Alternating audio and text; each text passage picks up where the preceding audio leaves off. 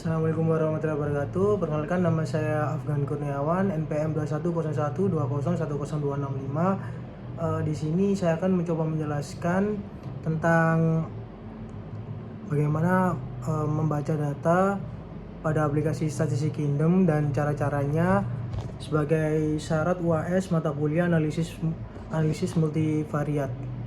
Jadi teman-teman, selanjutnya yang bisa teman-teman lakukan ialah membuka aplikasi Statistik Kingdom pada Google, kemudian memilih ANOVA kalkulator, karena di sini saya menggunakan metode ANOVA untuk memasukkan datanya. Kemudian selanjutnya bisa memasukkan sampel data pada kolom-kolom berikut. Kebetulan data yang saya olah udah saya rangkum pada Word yang udah saya rangkum seperti ini. Tinggal di copy paste dan dimasukkan pada kolom yang ada pada Statistik Kingdom seperti ini.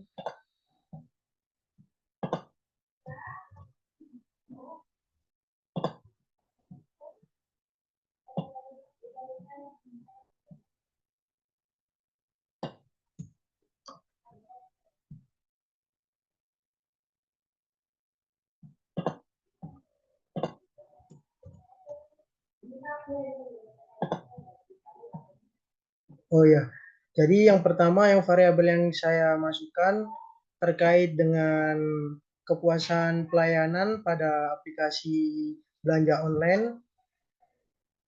Jadi ada 3, yaitu Shopee, Tokopedia, dan Lazada. Setelah teman-teman masukkan, untuk settingan yang ada pada kolom signifikan dan lain-lain tidak perlu dirubah ya teman-teman. Nah, seperti ini. Jika sudah, teman-teman tinggal mengetik calculate.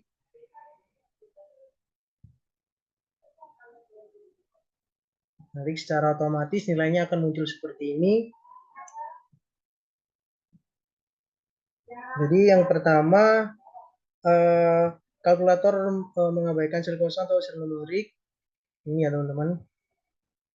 Kemudian pada grup 1 berisi 32 nilai, grup 2 32 nilai, dan grup 3 32 nilai. Jadi nilai yang dimasukkan pada data harus sama agar validasi sukses. Kemudian yang kedua terkait dengan one way ANOVA-nya. Di sini ada overall data for more information. Untuk uji one way ANOVA menggunakan distribusi FDF 2,93 rectile. Yang pertama 0 hipotesis. Di sini karena P value-nya kurang dari A, maka 0 ditolak karena beberapa kelompok menganggap rata-ratanya tidak sama. Dengan kata lain, perbedaan antara rata-rata sampel dari beberapa kelompok cukup besar untuk dianggap signifikan secara statistik ya. Kemudian yang P value, di sini P value-nya sendiri memiliki nilai 0,00010135. Artinya kemungkinan kesalahan tipe 1 menolak H0 yang benar. Karena semakin kecil nilai P, semakin kuat mendukung H1. Yang ketiga terkait dengan statistik uji F sama dengan 10,16978 yang tidak termasuk dalam wilayah penerimaan 95%. Yang keempat terkait dengan ukuran efek yang diamati F adalah sebesar 0,47. Hal ini menunjukkan bahwa besarnya perbedaan rata-rata tersebut tersebar. Kemudian terkait dengan Turki HST atau Turki Kramer, rata-rata dari pasangan berikut berbeda secara signifikan antara X1, X3, X2, dan X3. Kemudian ini tabelnya. Selanjutnya terkait dengan validasi. Yang pertama, uji kekuatan. Meskipun kekuatan a priorinya rendah sebesar 0,5694, HO sama dengan ditolak. Kemudian kesetaraan varian. Alat tersebut menggunakan uji Levene untuk menilai kesetaraan variannya sendiri. Varian populasi dianggap sama karena nilai P yang dihasilkan di sini 0,893. Terkait dengan asumsi normalitasnya, asumsi tersebut diperiksa berdasarkan uji Shapiro-Wilk sebesar A sama dengan 0,05, sehingga dapat diasumsikan semua kelompok berdistribusi normal atau memiliki jumlah sampel yang besar minimal 30. Ini tadi terkait dengan kualitas pelayanan. Kemudian yang selanjutnya yang akan saya masukkan terkait dengan variabel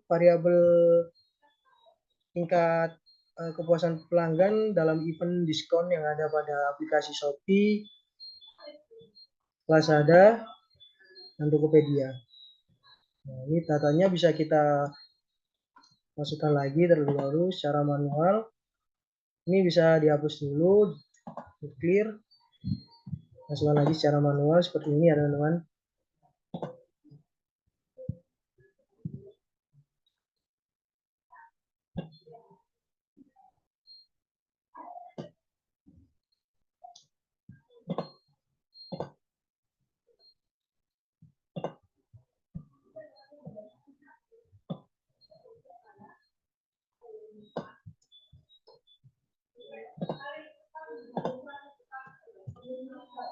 Nah, jika variabel-variabel nilai telah dimasukkan, kita bisa menekan tombol calculate pada aplikasi Board.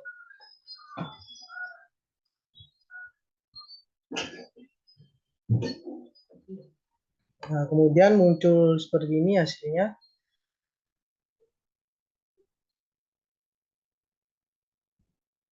Nah, yang pertama terkait dengan grup 1 sesuai seperti tadi berisi 32 data yang dihasilkan dari kuesioner. Data semuanya harus sama sehingga data validasi bisa dikatakan sukses. Kemudian berikut terkait dengan sum of square, mean square, statistik dan p-value-nya dan R kode. Kemudian terkait dengan uji one way ANOVA menggunakan distribusi FTF 2,93 rectile.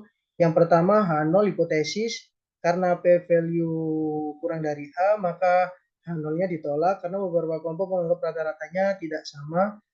Dan kata lain perbedaan antara rata-rata sampel dan beberapa kelompok cukup besar untuk dianggap signifikan secara statistik.